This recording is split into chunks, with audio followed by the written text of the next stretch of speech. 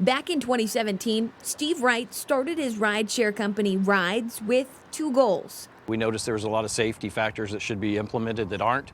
And we also noticed that drivers are really being mistreated and underpaid. First established in Austin, Texas, Rides has made its way to 22 other cities across the country, now with eyes on adding Minneapolis to that list. Even if the other company stays, we're an alternative. We're an option. And another company ready to set up shop here in Minneapolis is DC-based Empower. Drivers in DC using Empower are providing almost 10,000 rides a day. Both companies act as the server, which makes drivers independent contractors. Neither app taking a penny from drivers. It's just a monthly subscription, and then the drivers get to keep everything on the fare side.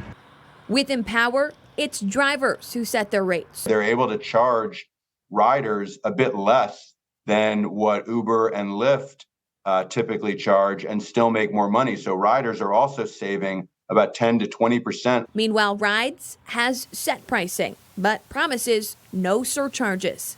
We don't manipulate the fares. It is what it is. It's miles and minutes. And when it comes to the proposed Minnesota legislation for driver minimum wage, both Rides and Empower say, unlike Uber and Lyft, they fully support it. Whatever service professional you may be in Minnesota, you have a right to work for yourself and determine how much you want to charge for your services.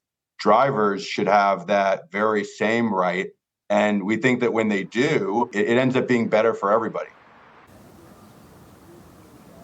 Now, Empower's CEO says if Uber and Lyft hold true to their promise to leave by July, Empower will be here by or before then to make sure that drivers, but more importantly, riders aren't left stranded. But Empower does say if Uber and Lyft end up staying in Minneapolis, their timeline will get a little bit more extended with no certain date on when they'll be here. Now, as for Rides, they say they have been pre-approved for their license pending payment on that license. Rides saying that on May 15th, they will be here conducting face-to-face interviews, and anybody who is approved and hired that day can then get right in their car and start taking rides on the app.